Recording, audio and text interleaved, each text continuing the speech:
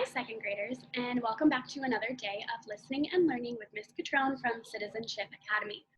I have an awesome story for you today, and the title of it is The Land of Opportunity.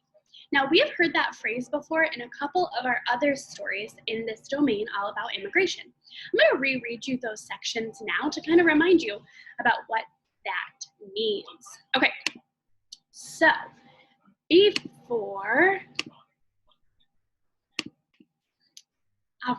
before we get started, here we go. So in the story all about Charles Steinmetz, remember he comes to America, and this is a little bit from the story we read about him. His friend Oscar understood. He explained in later years, like so many others, Steinmetz came to America so he could help others with his talents and also have a good job and life for himself. That is why they call the United States the land of opportunity. Like many other immigrants, the move to America gave Charles a new chance to achieve something. So land is just like a piece of property or a piece of ground, piece of the earth is a land. And opportunity just means that you have the chance for something to happen. So the land of opportunity, these people came because they knew that they had a chance for something good to happen. They had a chance to make some more money. They had a chance at a better job. They had a chance of a better life. Then also we heard this phrase again in the story about the family that moved from Ireland to New York City. So I'm going to read that part to you now. Sean smiled. Fiona and I are very lucky now to live here in the land of opportunity, but we will never forget where we came from and what sacrifices our family had to make to get here. Well, said Uncle Brendan, seems we all have a great deal to be grateful for here in America. Kathleen and I are lucky enough to own a restaurant. The colonies are newcomers here. My brother will be with us soon and working in a better job, and I believe your ma will get better children. All in all, I'd say as hard as the changes sometimes are, coming to America was a good idea. So here we have two phrases about people who have come to America because it's the land of opportunity. They have a chance to make something really great here.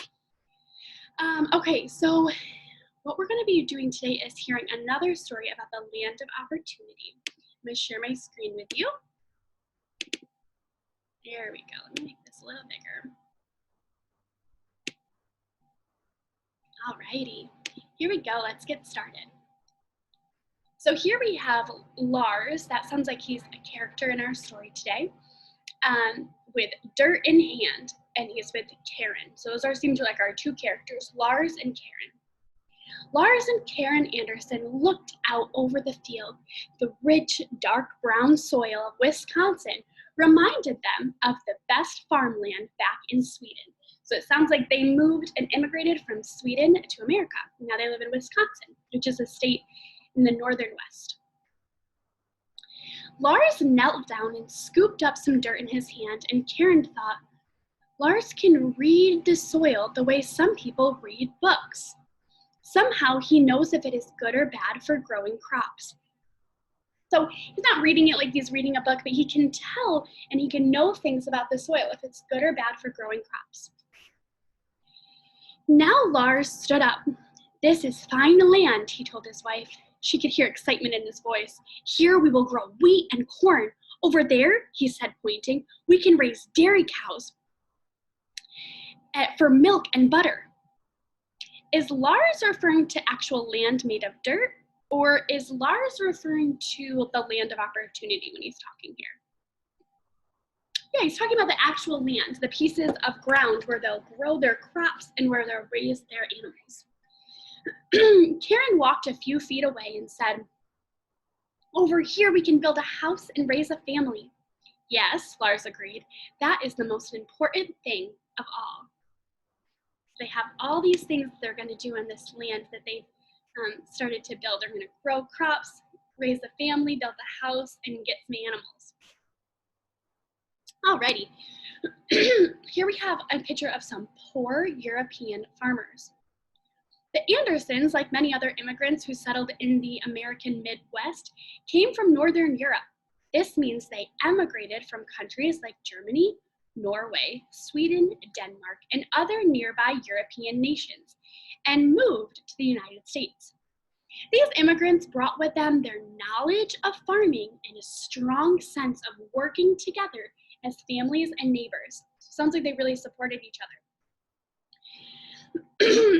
Immigrants like the Andersons came to the United States because they could not own land in Europe. In Europe, kings and princes kept tight control over who was allowed to buy and own land. People who were not friends of the king or of the rich noblemen or noblewomen whose family had owned land for many years had trouble buying farmland. Without owning farmland, it was hard for many people in Northern Europe to make a living. How do you think you might feel if you had to be friends with the king in order to own land? Or in our case, we're not under the rule of a king or queen, but we are under the rule of a president. So if you had to know the president and be friends with him in order to be able to buy land or buy a house, that would be crazy. Not many people know him. Excuse me.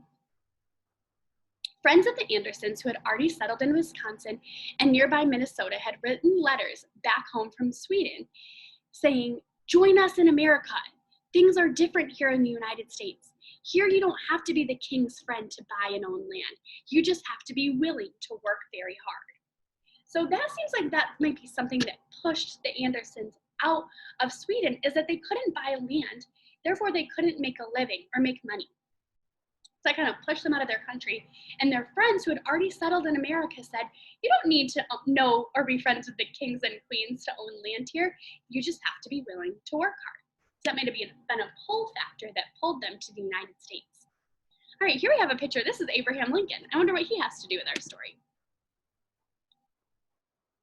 During the American Civil War in 1862, the American government under President Lincoln gave huge amounts of government-controlled land to homesteaders. That's a word I haven't heard before. Let's find out what it means. A homestead is land someone settles on to live and farm. So a homesteader is a person who builds a homestead or builds a land to live on, a house and a land to live on. The government made it easy for farmers to own as much as 160 acres of land, which is more than enough for a successful farm. 1 acre of land is about the size of a football field. So think of a football field, and there was 160 football fields. That's how much land people were owning. A homesteader had to build a house on the land and farm the land for at least 5 years. At the end of that time, for a fee of about $18, the person or family would own the land legally or according to the law.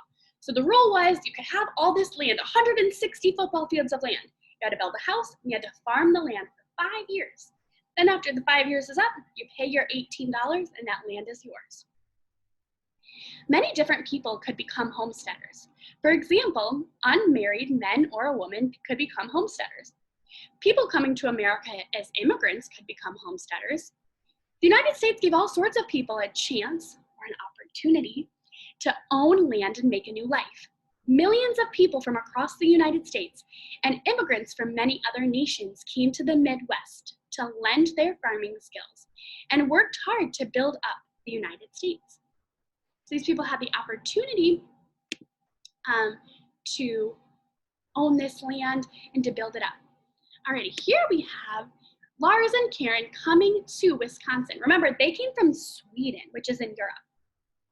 With the hope of owning land and making a better life for themselves and their children, Karen and Lars sold nearly everything they owned in Sweden, bought tickets to America, crossed the sea on a ship.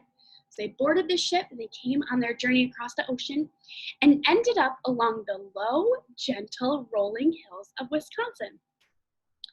So many people had to sell everything they owned in order to afford to immigrate to the United States.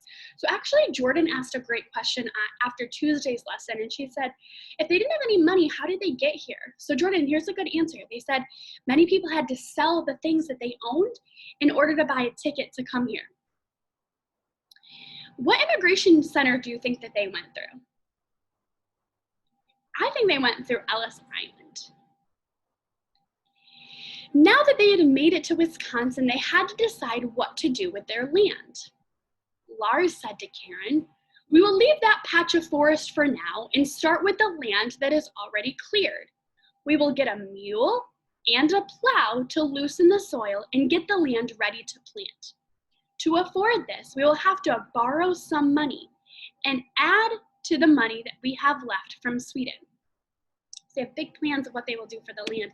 They need to buy an ox and a mule and a plow, which is going to cost them some money. So they need to borrow that. Alrighty, see what they're doing here. Here are Lars and Karen working on their farm. "And we will build a house," Karen said. "It doesn't have to be a big one. We can add on to it later when we're more settled and have earned more money." And that was what they did.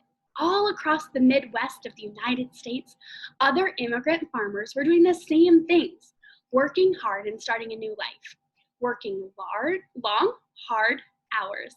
Immigrants and other homesteaders turned the American Midwest into some of the finest farmland on earth, pitching in to help one another through hard times.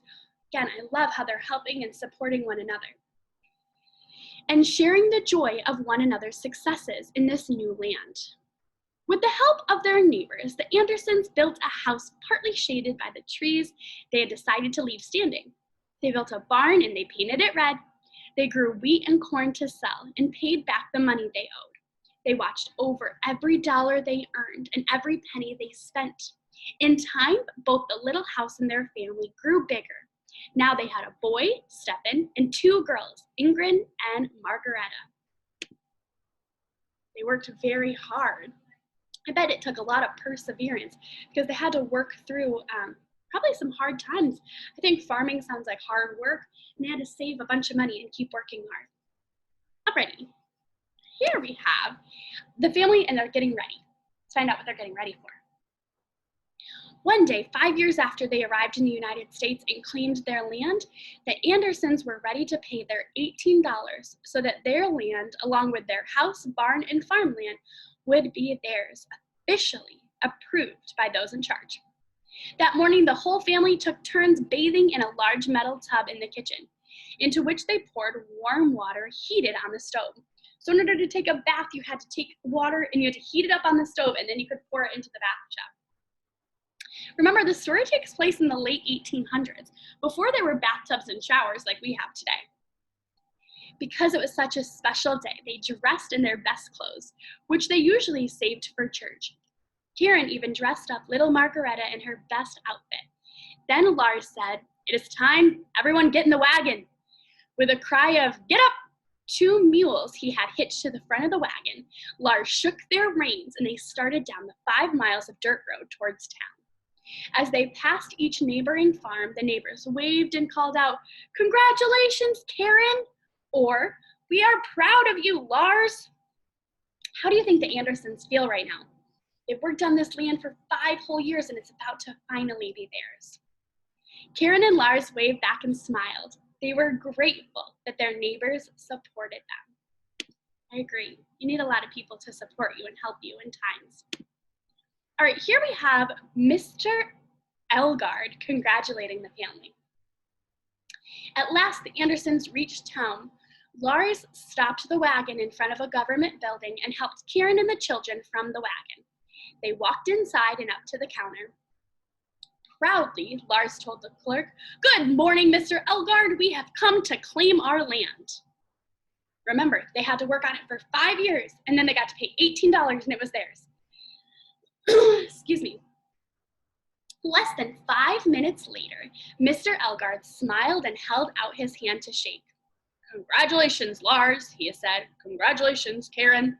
Then he turned to the 2 oldest children, Stefan and Ingrid, and said, "Congratulations to you too. Thanks to your mother and father, one day you will own the land too." And Lars and Karen Anderson, farmers and now official landowners, proudly walked out of the door and took their family home. Alrighty, guys, we're gonna quickly, I'm gonna quickly run through some questions you might see today, and then we'll do our vocab word. So, where did Lars and Karen emigrate or leave from? You remember they left from Sweden. What pull factor brought Lars and Karen and other immigrants to the United States? What pulled them to the United States? Remember, they were able to own land, which was a super big deal. Let's see. All right, guys, we're gonna jump right into our word work for today. And our word work for today is supported, supported. So my turn, supported, your turn. Good job. In the read aloud, you heard this sentence. Karen and Lars waved back and smiled. They were grateful their neighbors supported them. Supported means helped or encouraged. As part of Positivity Project, we always talk about how other people matter, and sometimes it's really important to support other people. And so that's what this is talking about, to help or encourage other people. Betty and her whole family went to the theater and supported their little sister in her first play. So they helped or encouraged her, told her she did a good job. Have you ever done or said something to support someone else? I know that I've seen a lot of you guys do this, whether you're helping somebody at recess, maybe you lean over and you say, oh, would you like to borrow this marker or crayon, or let me help you with this problem on our math paper. Any of those things, you guys are supporting one another. You're not saying you have to do it all by yourself. You're saying, hey, let me help you, or let me tell you that you're doing a good job when you're doing a good job. All of those things are supporting and encouraging one another. I want you today to look out for a way that you can support someone. Remember, that means to help them or encourage them. Tell me about a time that you have supported someone else. All right, guys, I've loved reading these stories to you. I can't wait to read another one next week. But for now, it is a beautiful day outside. It's so sunny. So make sure you get outside, at least for a walk or something little. I can't wait to talk to you guys soon. Have a wonderful day.